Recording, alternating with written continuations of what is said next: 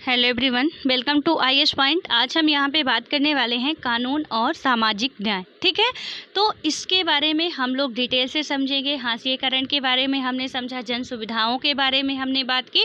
अब यहाँ पे हम बात करने वाले हैं और ये हमारा लास्ट चैप्टर है इस क्लास का। इसमें क्या है कि कानून और सामाजिक न्याय कैसे होता है, क्या होता है, ये सारी प्रोसेस को हम लोग इस अध्याय में डिटेल से समझने वाले हैं। ठीक है, तो सबसे पहले इसके जो कुछ इंपॉर्टेंट कीवर्ड्स हैं उनको नोट कर लेते हैं।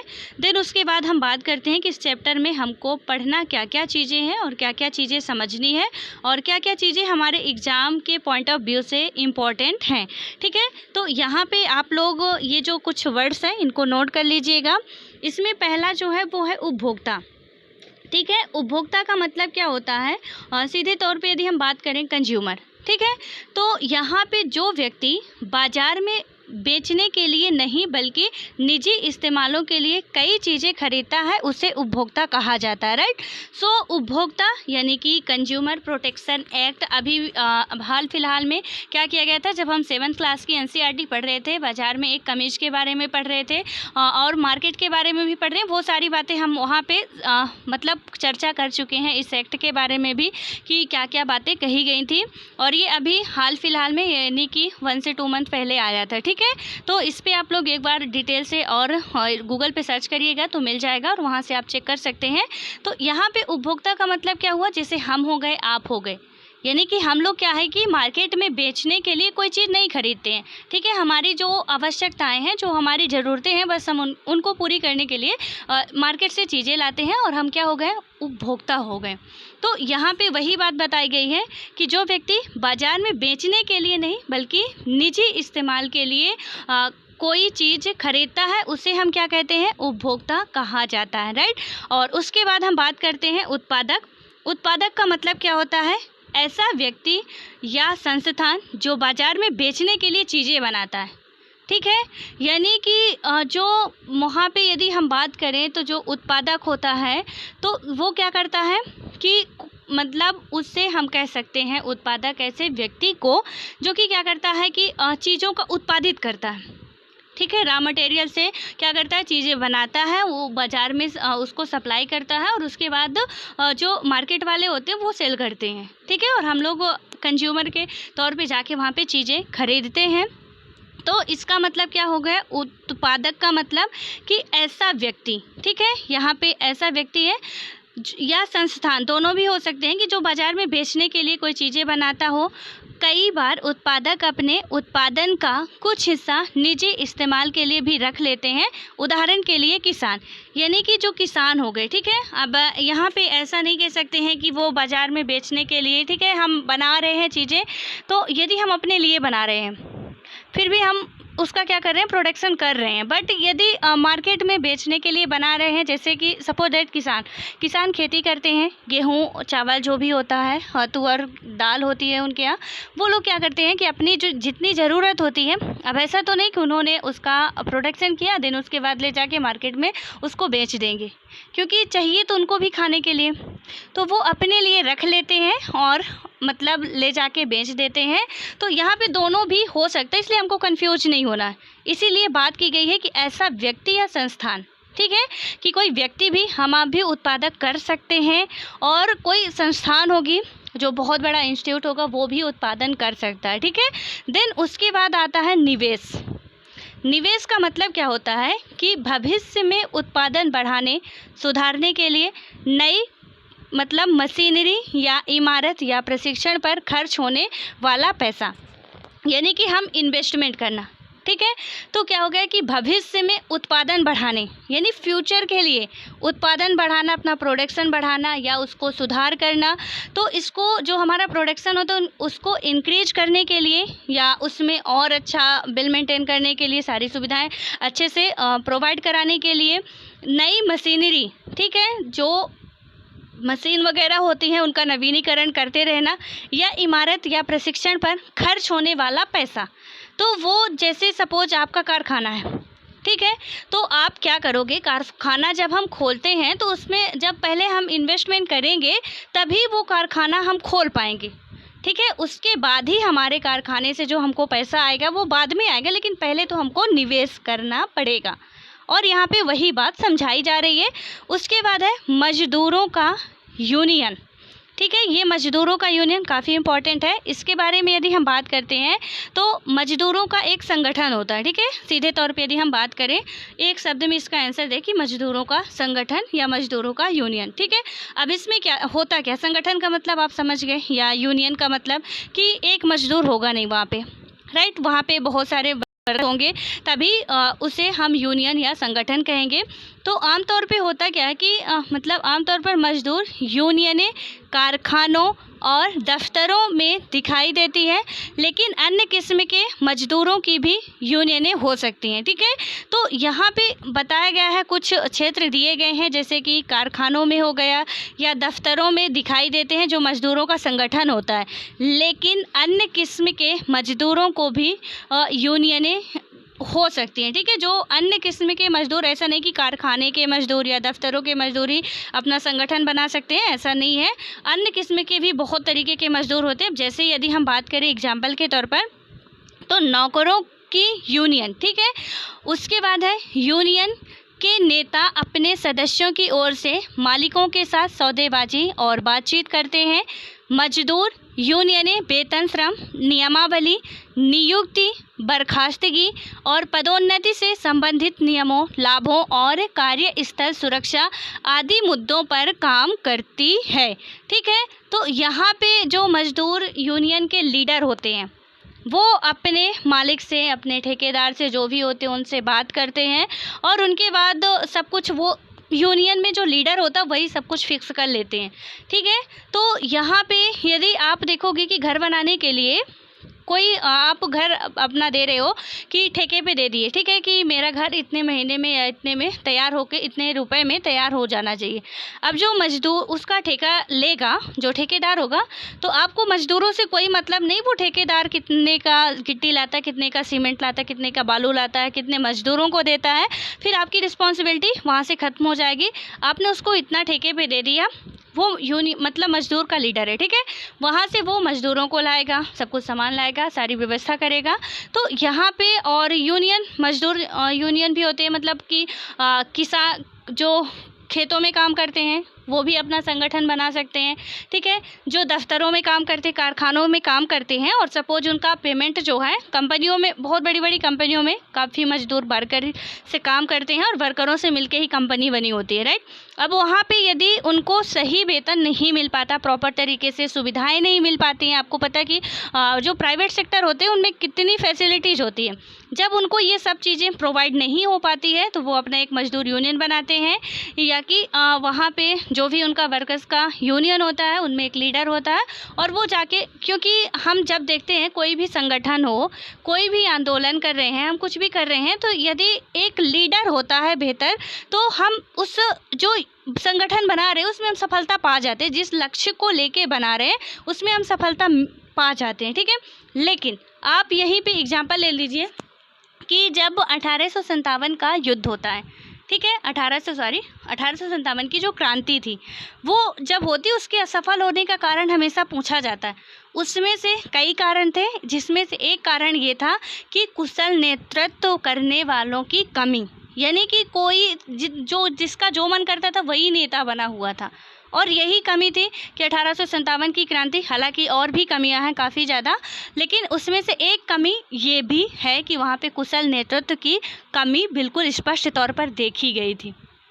ठीक है, तो नेतृत्व कहीं पे भी हो तो उसका लीडर अच्छा होना चाहिए, तभी हम जिस लक्ष्य को, जिस चीज़ को टारगेट करके हम वो करते हैं तो उसमें हम सफलता पा जाते हैं। ठीक है, सो आई होप कि ये वर्ड्स आपको समझ में आ गए होंगे कि उपभोक्ता क्या होता है, उत्पादक क्या होता है, निवेश क्या होता है, देन मजदूर की यूनियन क्या होती है। ठीक है, देन अब उसके बाद हम यहाँ पे पढ़ेंगे, ये जो वर्ड हमने लिखे वो अभी जब हम पढ़ेंगे तो बीच बीच में कहीं को मिलते हैं, इसलिए पहले ही हम लिख लेते हैं ताकि परेशानी ना हो कि इसका मतलब क्या होगा। ठीक है, अब हम बात करें यदि किस चैप्टर में हमको क्या क्या चीज़ें पढ़नी है, तो यहाँ पे सबसे पहले ये बताया गया है कि क्या आपको कक्षा 7 का बाजार में एक कमीज अध्याय याद है, जो मैंने अभी आपको एग्जाम्पल दिया जस्ट इसके पहले। ठीक है, वहाँ हमने देखा था कि बाज़ारों की श्रृंखला किस तरह कपास उत्पादकों को सुपर बाज़ार में कमीज खरीदने वाले ग्राहक से जोड़ देती है। इस श्रृंखला में हर मोड़ पर क्रय विक्रय चल रहा है। ठीक है, यानी कि क्लास 7th में जब हम मार्केट पढ़ रहे थे तो उसमें हमने देखा था कि एक क्या होती है, मार्केट चेन होती है। ठीक है, उसमें क्या होता है कि एक रॉ मटेरियल से लेके हम देखते हैं कि पूरा चीज़ों का प्रोडक्शन होने तक और जाके कंज्यूमर तक पहुंचने तक, शोरूम में पहुंचने तक, उसका सेल जो भी क्रय विक्रय होता है वो सारी प्रोसेस तक, मतलब यहाँ से यदि कपास उत्पादित किया गया, उसके बाद वो किसी दूसरों को बेचा गया, फिर उसके बाद किसी दूसरे को बेचा गया जो कारखाने में काम करवाते हैं, उसके बाद रुई बनाई जाती है। रुई मतलब उसके क्या होता है ना, कपास जो होता है उसमें दाने रहते हैं, उसके दाने भी निकालने पड़ते हैं। ठीक है, वहाँ पे ये भी हम समझे थे कि प्रॉफिट इस मार्केट चेन में सबसे ज़्यादा किसको हो रहा था। ठीक है, तो प्रॉफिट तो वही है कि 300 की लागत में 600-1200 रुपए की कमीज बिक रही है, तो सुपरमार्केट वालों को ही प्रॉफिट होगा, यानी कि जो लास्ट में जिनके पास जाके वो बाज़ार में बेची जाती है तो उनको ही हम देख रहे थे कि प्रॉफिट हो रहा था।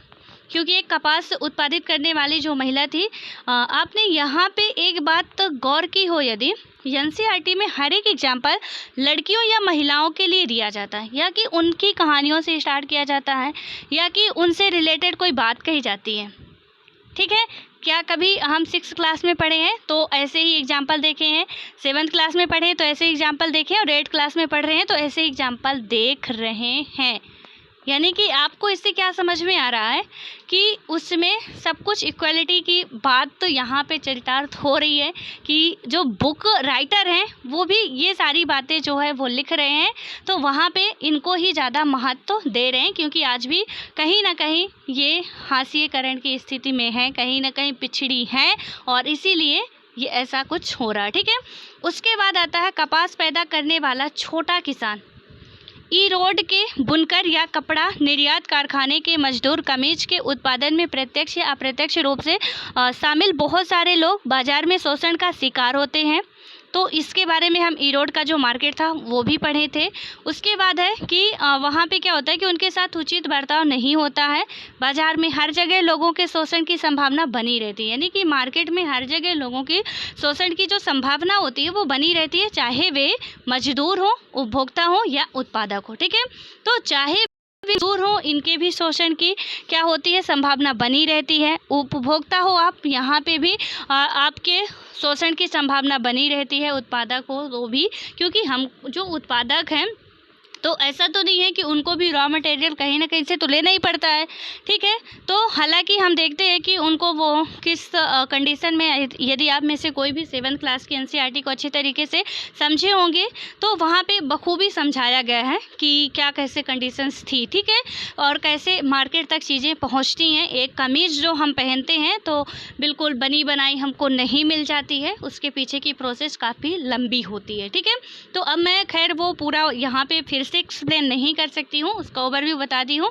और यदि आप में से जो भी नहीं देखे हैं तो आप पिछले वीडियो पहले देखिए, तभी आपको आगे समझ में आएगा। ठीक है, क्योंकि एनसीईआरटी जो होती है, कोई भी बुक हो, हम फिर पहली क्लास से पढ़ते हैं, यानी फर्स्ट क्लास से यदि पढ़ रहे हैं, फर्स्ट में आए, सेकंड में आए, थर्ड में आए, फोर्थ में आए, फिफ्थ में आए, तो यहाँ पे होता क्या है कि हमको वही चीज़ें थोड़ा पहले फर्स्ट क्लास में हमको मतलब ABCD सिखाई जाती, काका काका पढ़ना सिखाया जाता है। उसके बाद हमको फिर 12 घड़ी सिखाई जाती है, उसके बाद हमको शब्द जोड़ना सिखाया जाता। ठीक है, सिखाना वही चाह रहा है, यानी कि जो हम पढ़ रहे थे का खा गा पढ़ रहे थे, उसके बाद हमको क्या सिखाया गया कि यहाँ पे अब हमको क्या करना है, का में मात्रा भी लगानी है, उसके बाद हमको ये वर्ड जोड़ने भी हैं, उसके बाद इन वर्ड को जोड़ के एक वाक्य भी बनाना है।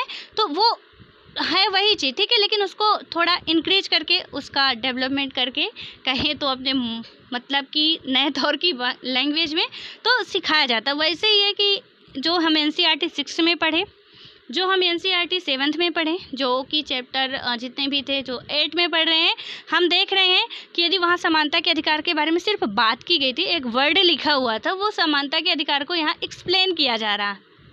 ठीक है, उसका एक चैप्टर ही अलग से बना दिया जा रहा है समानता के अधिकार के बारे में, यानी कि उसको पूरा ब्रॉडली आपको समझाया जा रहा है कि पहले आप एक ही बार में सारी चीज़ें हम पढ़ के, क्योंकि ये एनसीईआरटी जो है वो छोटे बच्चों के लिए, और उनके समझ के हिसाब से ही बनाई जाती है।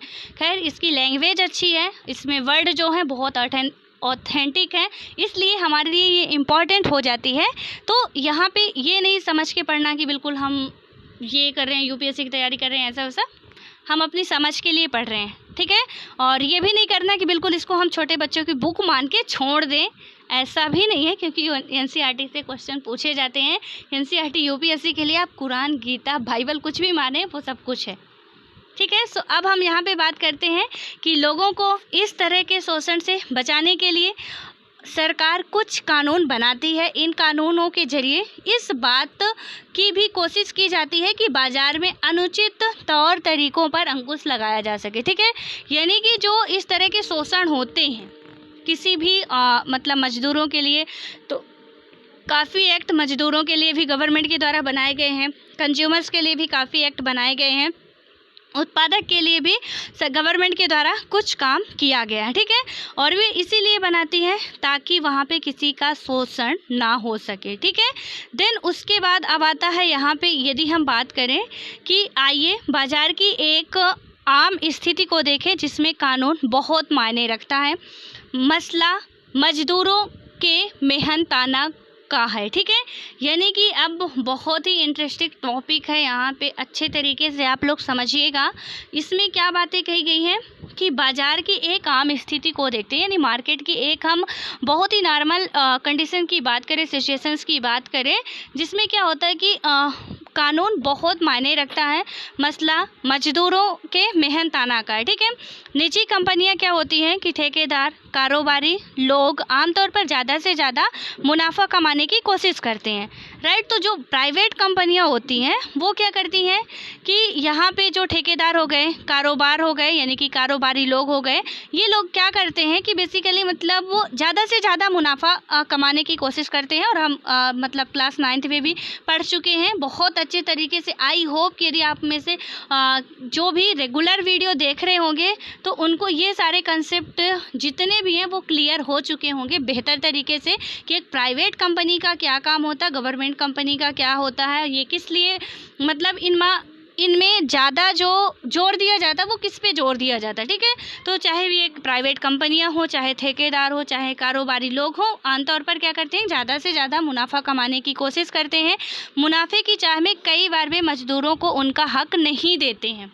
अब यहाँ पे यदि आपको याद आ रहा होगा तो हालांकि इसमें लिखा नहीं है, लेकिन यदि आप याद करिए, थोड़ा भी माइंड पे आप क्लिक करेंगे तो जो 7th क्लास की एनसीईआरटी में हम पढ़े हैं और वहाँ पे क्या पढ़े थे कि जो प्राइवेट सेक्टर में वर्कर होते हैं उनसे काम 12 घंटे लिया जाता है, लेकिन वेतन उतना नहीं दिया जाता है। इनडायरेक्ट वे में यहाँ भी वही बात कही जा रही है, ठीक है। क्या कहा जा रहा है कि मुनाफे की चाह इनको बहुत होती है कि मज़दूरों से आप ज़्यादा वर्क, जितना ज़्यादा से ज़्यादा आप वर्क करवा सकते हो करवा लो, जितना ज़्यादा से ज़्यादा आप इनसे काम ले सकते हो ले लो, और इनकी पेमेंट जितनी कम देंगे उतना ही इनको मुनाफा होगा, राइट। और उसके बाद क्या होता है कि कई बार वो उनका मेहनताना तक नहीं देते हैं। बिल्कुल, जो मैंने अभी बताया कि काम यदि 12 घंटे ले रहे हैं लेकिन उनका मेहनताना कितना दे रहे हैं, 5,000, 6,000, 7,000, यानी कि वही नॉर्मल पेमेंट दे रहे हैं, ठीक है। उसके बाद क्या हुआ कि मज़दूरों को उनका मेहनताना ना देना कानून की नज़र में गैर कानूनी या गलत है। यानी कि मज़दूरों को उनका मेहनताना ना देना ये गैर कानूनी है, इलीगल है, या कि पूर्ण रूप से गलत है। और क्यों गलत है, क्योंकि आप ही सोचिए कि यदि आप उस जगह पे अपने आप को रख के देखिए कि सपोज़ आप कहीं पे काम कर रहे हैं, ठीक है, हम जितना काम कर रहे हैं तो उसका यदि हमको आउटपुट उतना नहीं मिल रहा है तो हमारे अंदर वो कैसी फीलिंग्स आएगी, क्या उस काम करने के लिए हम और ज़्यादा एक्टिव हो पाएंगे कि जब इसमें हमको कुछ मिल नहीं रहा, बस सारा दिन वही गवर्नमेंट नौकरी के पीछे लोग भागते क्यों हैं?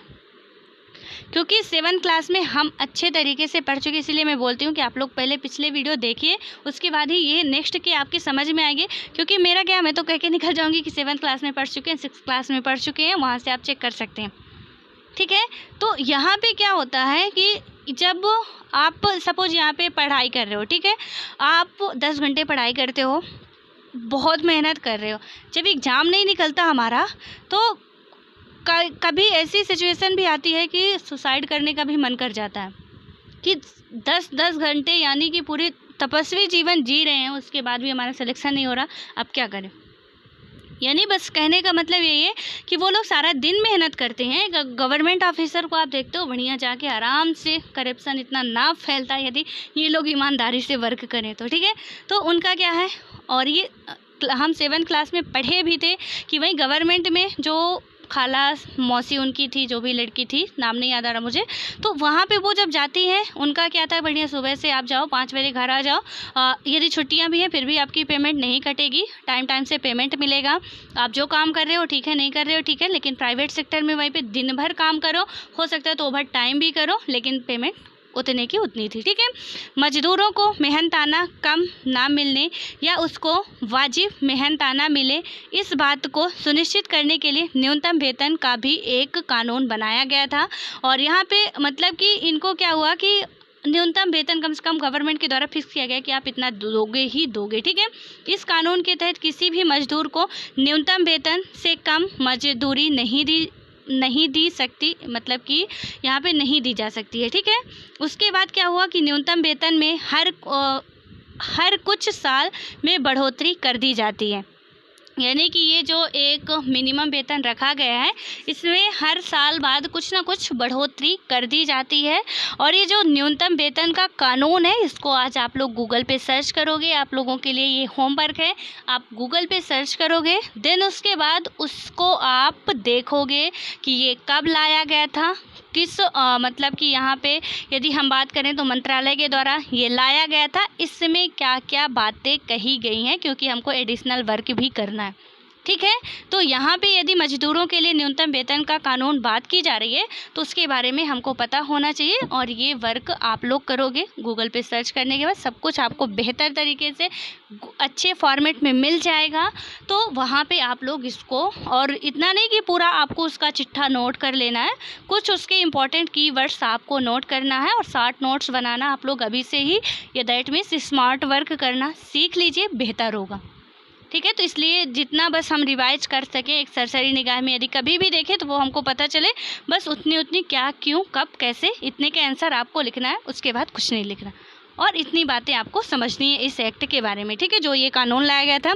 उसके बाद बात करनी है, और हाँ, जिसका बन जाए तो ईमानदारी से बताइएगा। मैं डेली क्वेश्चन पूछती हूँ, तो अशोक, ठीक है, यदि मैं गलत नहीं हूँ तो अशोक जी के अलावा कोई भी आंसर नहीं देते हो आप लोग, ठीक है। तो अशोक जी का आंसर बहुत ही ऑथेंटिक रहता है, बहुत ही राइट रहता है।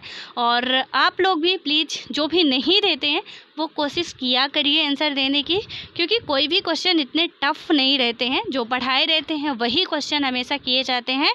तो आई होप कि आप लोगों को मतलब इजीली दे सकते हैं। तो डरना नहीं है, आंसर देने की कोशिश करना है, ठीक है। और गलत भी होता है तो हम लोग मारने तो आने वाले नहीं, आपको लगी है कि यहाँ पे क्या है कि ऑनलाइन में यही सबसे बड़ी यदि खासियत की बात करें, और इस कोविड-19 में तो छोटे बच्चों के लिए भी बहुत अच्छी बात हो गई है कि उनको भी ऑनलाइन एजुकेशन मिल रहा है। वहाँ पे वो भी खुश हो रहे हैं कि चलो टीचर की मार नहीं खानी पड़ रही है, ठीक है। तो इसमें आप लोगों को ध्यान देना है, क्योंकि अब आप छोटे बच्चे नहीं, एक IAS की तैयारी करने वाले बच्चे हैं। तो इसलिए यदि गलतियाँ कर के ही इंसान सीखता है, यदि आप गलती करोगे तो वहाँ पे बताया जाएगा कि इसमें गलती है, ठीक है। ऐसा नहीं कि कमेंट नहीं देखा जाता है, कमेंट देखा भी जाता है, पढ़ा भी जाता है, और यदि कहीं पे गलती पाई गई तो उसको ज़रूर बताया जाएगा, ठीक है। कमेंट बॉक्स में ही उसका रिप्लाई दिया जाएगा, या कि वीडियो में उसका रिप्लाई दिया जाएगा।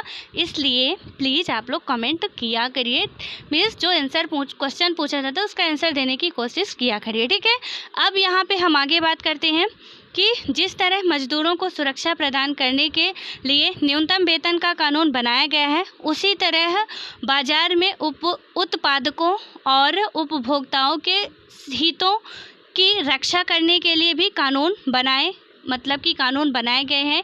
इन कानूनों के जरिए मजदूर, उपभोक्ता और उत्पादक तीनों के संबंधों को इस तरह संचालित किया जाता है कि उनमें से किसी का शोषण ना हो, ठीक है। यानी मजदूर को भी, उपभोक्ता को भी और उत्पादक तीनों के संबंध को इस तरह से संचालित किया जाता है कि किसी का भी शोषण ना हो। मतलब कि किसी के पक्ष में ऐसा नहीं रहता कि कहीं ज़्यादा कह दिया गया कि मज़दूरों को ज़्यादा दिया जाएगा, या कि जो वहाँ पे उपभोक्ता हैं या उत्पादक हैं उनको कम दिया जाएगा। तो इसमें ऐसा कुछ नहीं होता, एक बैलेंसेबल पूरा नियम कानून बनाया जाता है, ठीक है। देन उसके बाद इसकी आगे की चर्चा है उसको हम अगले वीडियो में करेंगे, और मैं कोशिश करती हूँ कि जल्दी जल्दी निपटा लूँ, लेकिन ये इतने बड़े चैप्टर रहते हैं, इनको समझाना, ठीक है। पढ़ना तो बहुत ईजी है, एक दिन में मैं आधे घंटे में पढ़ के निकल जाऊँगी, लेकिन इसको समझाने में थोड़ा टाइम लग रहा है। सो प्लीज़ आप लोग मैनेज कर लीजिएगा, और अब मिलते हैं नेक्स्ट वीडियो में। तब तक के लिए आपका ये जो होमवर्क है उसको आपको अपनी नोट्स में कंप्लीट करना है, और मुझे कमेंट बॉक्स में लिख के बताना है कि हाँ, ठीक है। इसको लिख के नहीं बताना कि ये एक्ट के बारे में, बस इतना लिख के बताना है कि वहाँ पे मतलब हाँ मैंने किया है या मैंने नहीं किया, ठीक है। सो ऑल द बेस्ट, और आई होप कि आप लोगों को बताएंगे। और एक गुड स्टूडेंट की अच्छी खासियत क्या होती है कि टीचरों की बात माननी चाहिए, ठीक है, क्योंकि पेरेंट्स और टीचर कभी गलत फैसला हमारे बारे में नहीं लेते हैं, और कभी गलत जानकारियाँ हमको नहीं देते हैं, कभी गलत नहीं बताते हैं, और यदि गलती हो भी जाती है तो उसको फिर सुधार भी लिया जाता है, ठीक है। तो इसलिए बिल्कुल बेझिझक आप लोग बता सकते हैं बिना डरे। So all the best.